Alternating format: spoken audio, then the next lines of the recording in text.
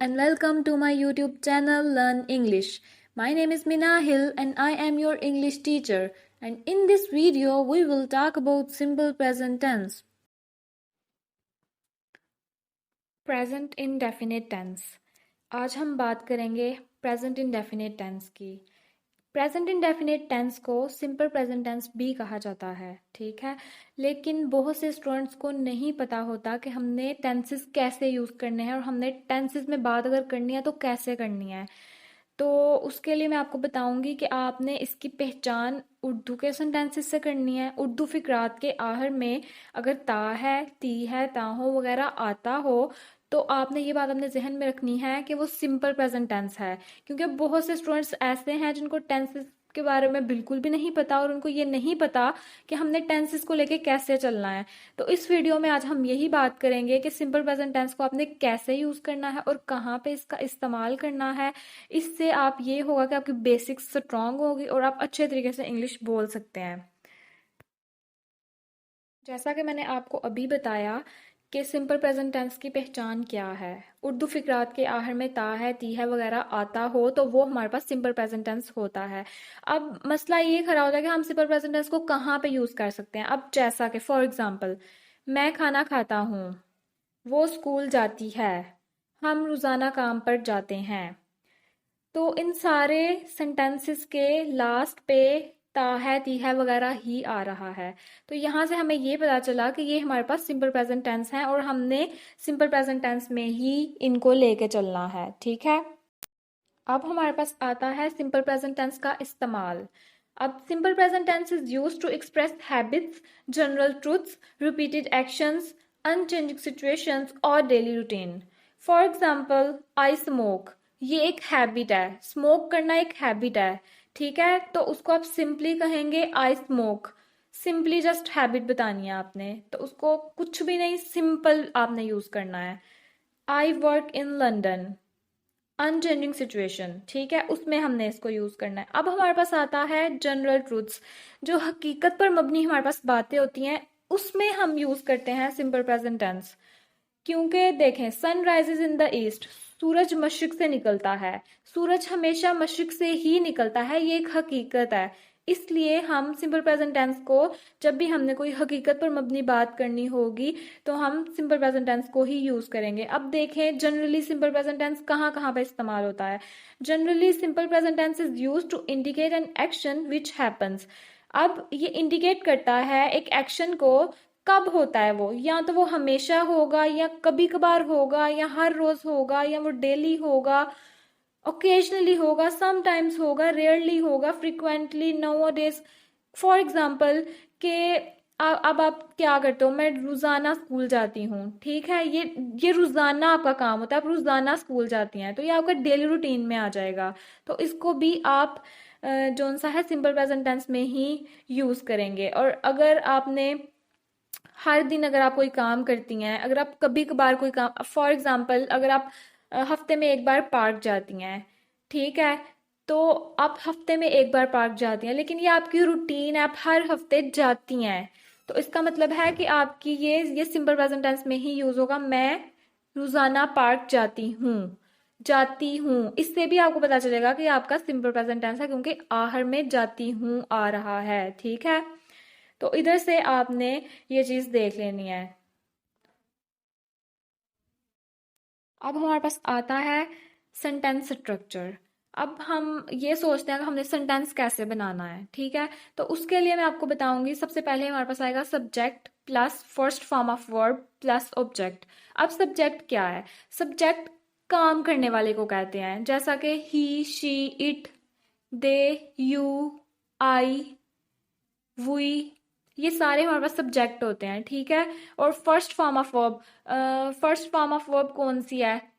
ईट, write, play, run, take, love वगैरह वगैरह वगैरह, ये सारी हमारे पास जो सी होती हैं फर्स्ट फॉर्म होती है। इसकी सेकंड और थर्ड फॉर्म भी होती है, लेकिन हमने जब सिंपल प्रेजेंट टेंस बनाना है उसमें हमने कभी भी सेकंड या थर्ड फॉर्म का इस्तेमाल नहीं करना, उसमें हमने जस्ट फर्स्ट फॉर्म का ही इस्तेमाल करना है। और उसके बाद हमारे पास आता है ऑब्जेक्ट। ऑब्जेक्ट किसको कहते हैं? जिस जिस चीज पे काम किया जा रहा हो, ठीक है, उसको हम ऑब्जेक्ट कहते हैं।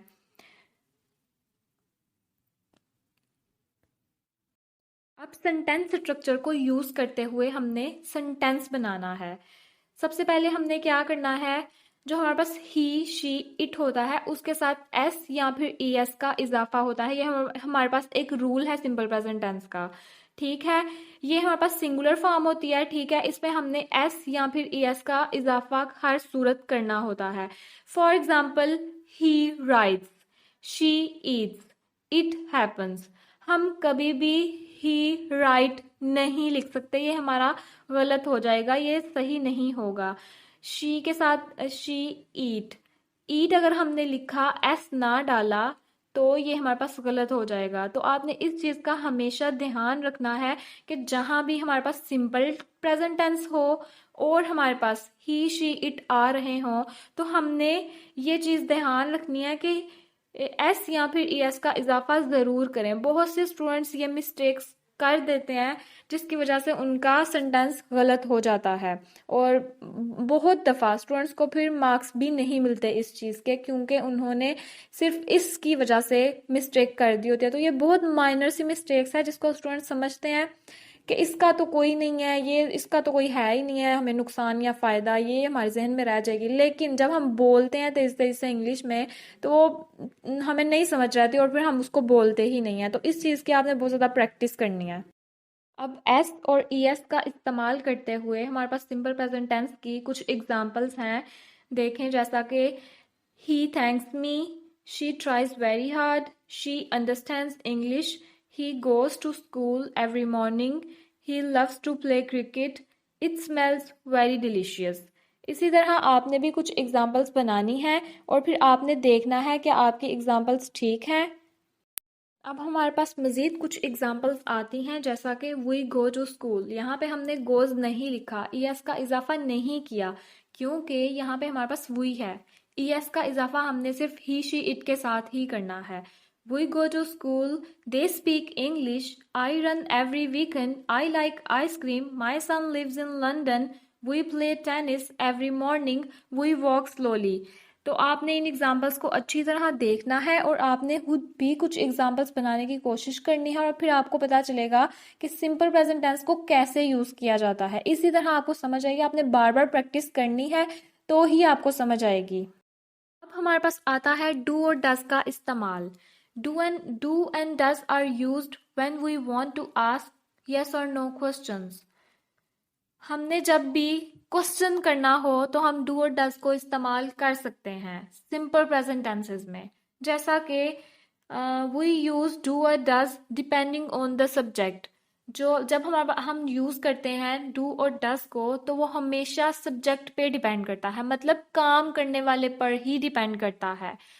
Below are two sentences with two different subjects, she and you. Does she like sport? Yes she does.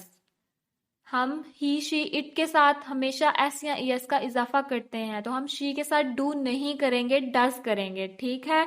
लेकिन जब यस शी डज, जब वो यस शी डज आंसर में कन्वर्ट हुआ है, तो हमारे पास जो डज क्वेश्चन में पहले चला गया था, आंसर में वो फिर शी के साथ आ गया है, ठीक है। Do you like sport? Yes I do. Do के साथ यू के साथ हम एस और यस का इजाफा नहीं करते, ठीक है। तो ये बात आपने अपने जहन में रखनी है। अब डू का इस्तेमाल हम कब करते हैं?